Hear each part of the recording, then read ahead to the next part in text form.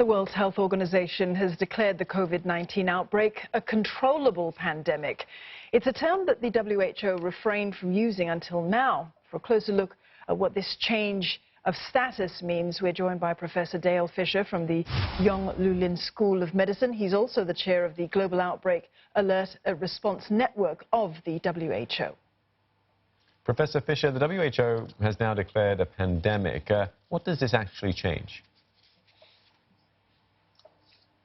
It doesn't actually change anything, Steve. As the Director General, I think, pretty clearly said, this was really a recognition of the widespread transmission, the potential high case fatality rate, but most importantly, inaction by a number of countries around the world. And even though they declared a public health emergency on January the 30th, there was still a lack of activity by many countries, and declaring a pandemic is really the last sort of way the WHO can communicate the importance.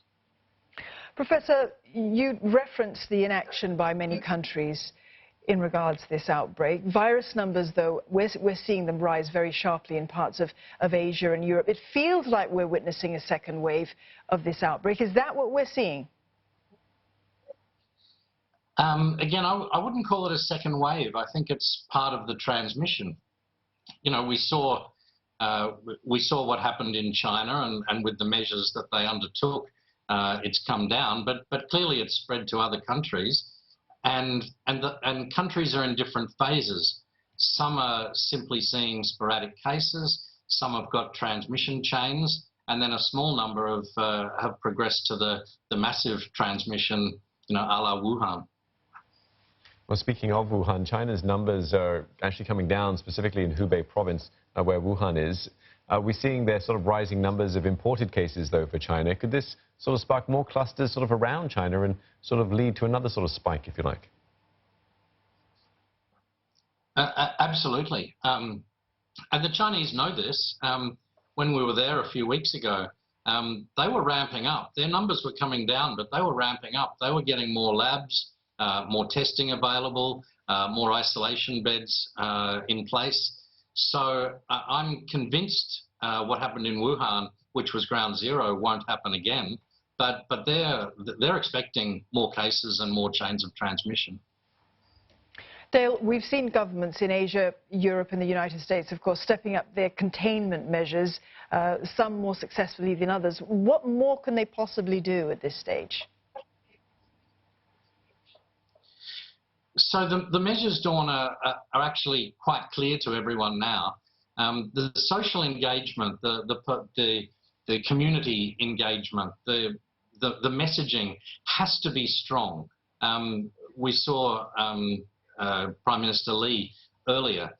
This has to be strong. We see our other political leaders, our health department leaders giving messages, and these are informing the public, it's helping them understand, and it's also driving what's expected.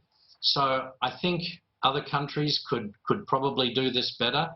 And then the others are all about, you know, what we've been talking about for some time, which is having the capacity to detect new cases, having the laboratories with enough ability to test, having the contact traces, having the quarantine measures.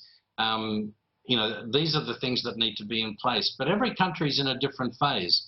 You know, Italy's obviously in a completely different, more extreme phase where different measures are needed. And given that different countries are in different phases, like you mentioned, how long do you think this outbreak will last for? I'd be a rich man if I got some money every time I was asked that question. I don't think it's going to end in a hurry. We're at the beginning of this still, I think. You know, I don't think anyone thinks it's going to be over this year. I don't, you know, we certainly won't see a vaccine, I don't believe, this year. Certainly not one that's been adequately tested and scaled up to test. So this has got a long way to run.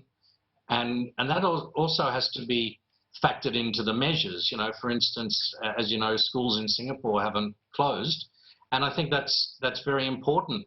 because at what point do you reopen schools? And if you can keep as much part of society functioning normally through social responsibility and behaviour of the community particularly, then we will weather this period much better. All right, well, many thanks for your thoughts this evening, Professor Dale Fisher from the Yong School of Medicine.